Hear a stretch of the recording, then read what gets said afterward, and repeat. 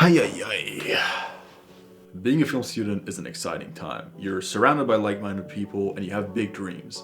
But almost inevitably, the workload of the university environment starts to catch up with you and you're bound to feel a little bit overwhelmed. You're trying to prove yourself as a filmmaker and a creator, all while trying to stay on top of your work and earn your degree. And that's why I've compiled a list of stuff that I learned the hard way when I was a film student. So the first thing is actually very simple and almost too obvious, but you have got to participate in class even if you don't know the answers. It seems so basic, but throughout my 4 years, it was just me and maybe a couple of other people who would ever participate in class. And the fact of the matter is, most people who don't participate are too concerned with being wrong or just looking dumb in front of everybody. But the reality of it is, even the people who are participating and everybody else around you, none of us really know what we're talking about 100%, because if we did, why would we bother to pay so much money to come and sit in a class where we already know everything about? Don't be afraid of being wrong, because even if you are wrong, at the very least, you're initiating a class discussion that's going to benefit everybody, including yourself. And plus, it builds a really good culture for open discussion in your class, especially if you start early in the year. Okay, the second thing on the list is easier said than done,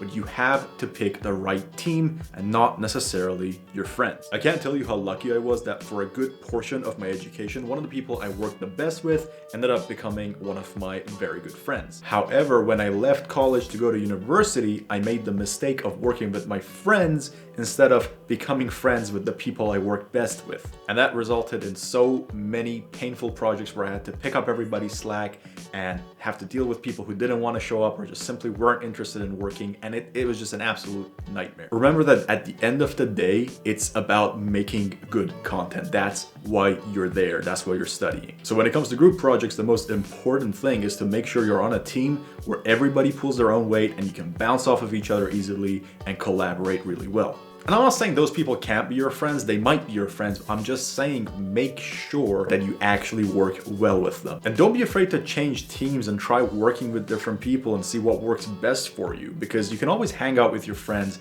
outside of projects. Okay, so the third thing is one of the most important things if you want to build a career in film outside of university, and that is to not wait for an assignment to tell you to do a project, but to just do your own. If you're trying to be a filmmaker and learn the art of making video and film content, then you can't wait around for an assignment to call for that. You need to actually make your own projects and go out and film them. This is the perfect time for you to be experimenting and honing in on your skills. So go ahead, grab a few buddies, book out some equipment, and go ahead and make your own projects. I understand that right now when I'm putting this video up, pretty much every film school or university has been closed down because of the coronavirus, and you might not have all the gear or even anybody to work with, but that still doesn't mean you can't make films. If you haven't already, check out Monday's video and last Friday's video where I talked about how you can make films with very minimal gear and also how you can make them completely on your own. Okay, so the fourth thing on the list is another obvious one that people just refuse to do, and that's to make use of your tutor's knowledge and experience. Don't be so terrified to approach your tutors and ask them for suggestions and opinions and feedback on your projects, even if it's an assignment that they've set you themselves. A lot of people think that all tutors do is teach you pre-written lessons and give you assignments, send you on your way for you to struggle, and just kind of leave you until you come back with something that you've made, but that's simply not true. Any tutor worth their title is going to be more than happy to collaborate with you and brainstorm with you and suggest ideas to you that will help elevate your work. Remember that a lot of your tutors will have a lot more insight and experience in certain things than you will. Plus, they're also the ones who are going to be marking your work, so if they're more excited about a project because they were kind of involved with it, well, chances are you're probably going to get a higher mark. On top of assignment and project work, they're also good people to ask for career advice on, and even if they don't know the answer, more often than not, they can direct you to the right person to answer your questions. So don't miss out on the opportunity you have right now. Ask everything you can and gain all that information. After all, that's what you paid for, isn't it?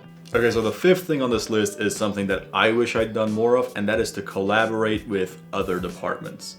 If you're studying in more of a university setting where there are other departments and people studying different things to you, then you should really use this opportunity to reach out to them and ask if they want to help out with your project. And trust me, 90% of people are usually more than happy to help you with your project because it also builds a portfolio for them. And besides, chances are the graphic design student is gonna probably make a better poster for your film than you are, and the drama student can probably act better than your friend that's a sound guy can. And if you have university athletes, chances are they're probably gonna make better tough guys on camera than some of your film buddies will. So reach out and see what people say, because I think you'll be really surprised just how many people would love to be of help. And number 6 on the list is to listen to all feedback. Trust me, it's really easy to get caught up in your own hype, especially once you start making more and better films and you start to develop your skills. It becomes very tempting to want to do things only in your way and try to be an auteur. But the reality is, you don't know everything. And at the end of the day, you're not just making films for yourself, but also for an audience. So it's really important that you listen to different people's opinion on your work. Some of the ideas that you might get and some of the feedback that you might hear might seem like it's purely stupid.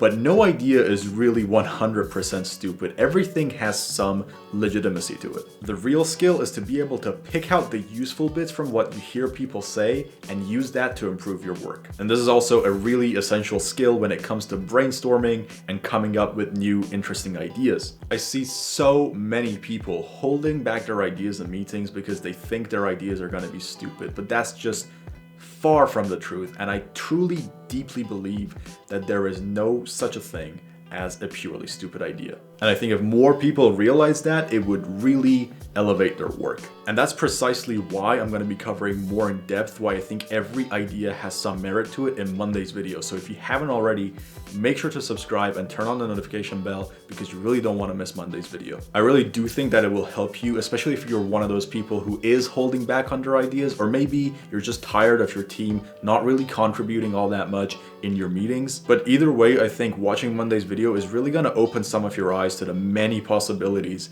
that are in ideas that might seem stupid at first glance.